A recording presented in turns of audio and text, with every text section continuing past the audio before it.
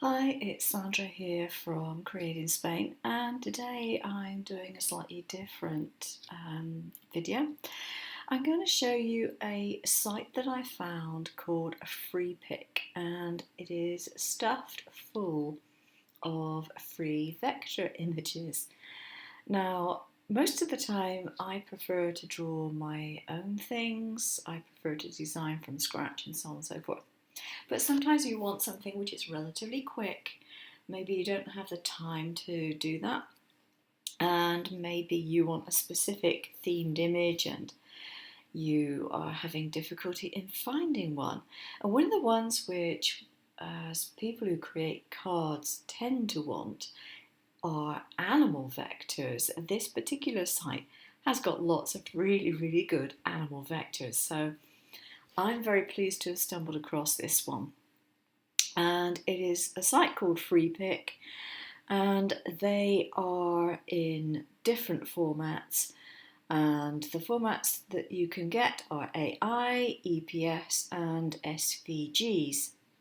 They're for personal and commercial use. You can choose to give creditation and use them as you wish. If you don't want to give creditation, then you need to register and pay a small fee. I think it's something like $10 or something. I mean, it's a minute amount of money, really. But in any case, from the purposes of this, what I wanted to do was to have a look and get some examples of some images to actually do my own colouring from, just to do as a demonstration, a quick demonstration. And so I was looking around to find some images and found this site, and I thought, yes, this will do quite nicely. And I just did a quick search and I came up with something that I liked. And I'm just going to close it down now and show you what I got. I found some owls and I thought they were rather cute.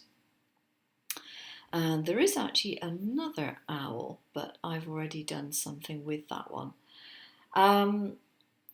So yeah, I thought, yeah, why not? Indeed.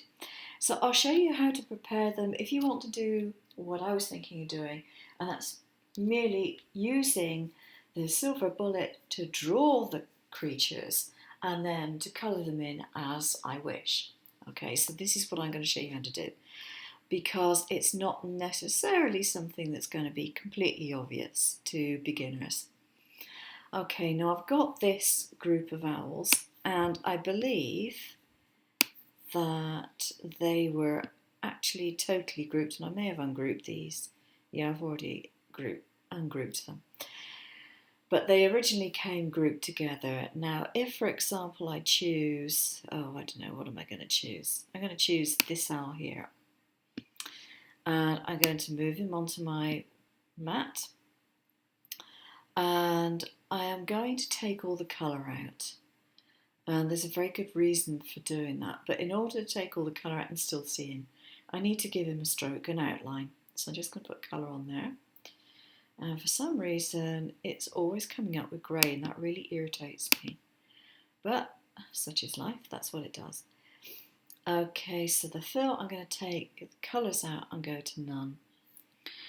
Now, if I zoom into this, you can see that at the moment, that would not be too brilliant for just doing it as a drawing, because it's going to put lines in places where you really do not want lines to be.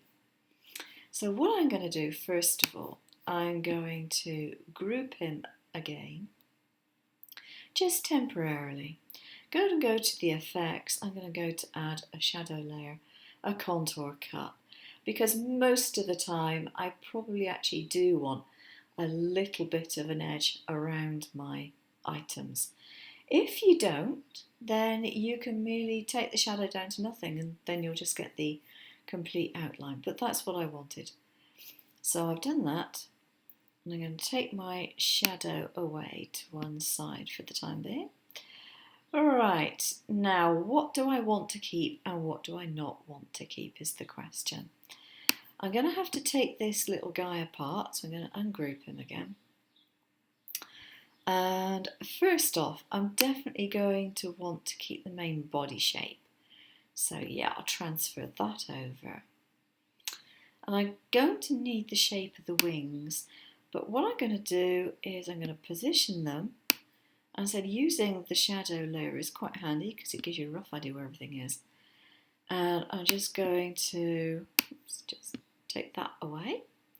I'm going to take his little legs, cute little legs, aren't they? And I'm going to put those in. I just move that shadow layer up just to check that I've got the legs roughly where they should be. And yeah, that will do for the purposes of demonstration, that will do fine. Now what I'm going to do here is I'm going to take that little lot and I'm going to unionise the path.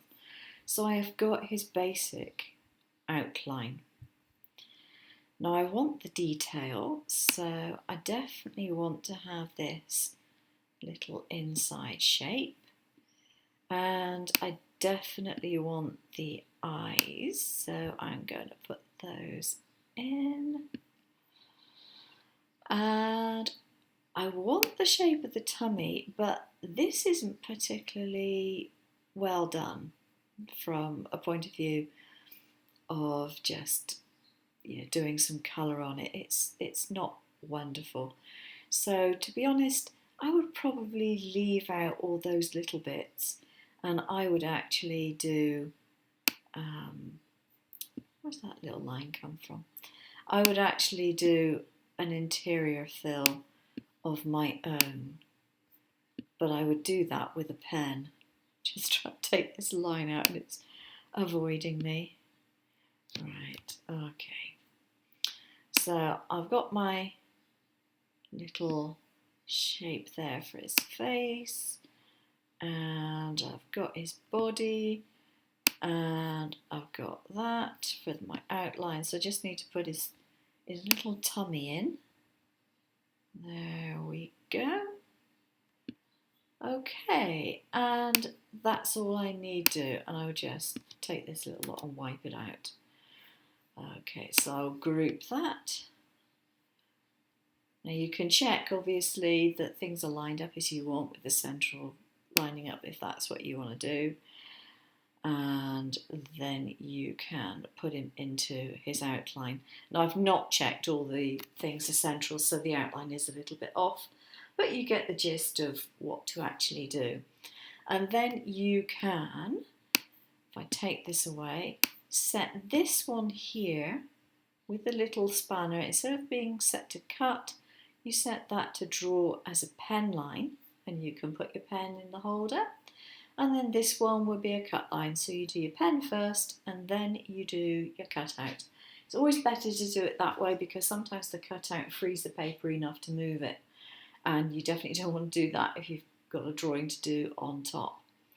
Okay, so that was it. Very brief, very easy, and then you can colour it in whatever way you like. I've just purchased, or just I've just had given to me from my elder son, I should say, a whole stack of 80 markers. So I'm just going to have some fun doing a bit of colouring in and see if inspiration strikes. Okay, thanks for watching. Take care. Bye bye.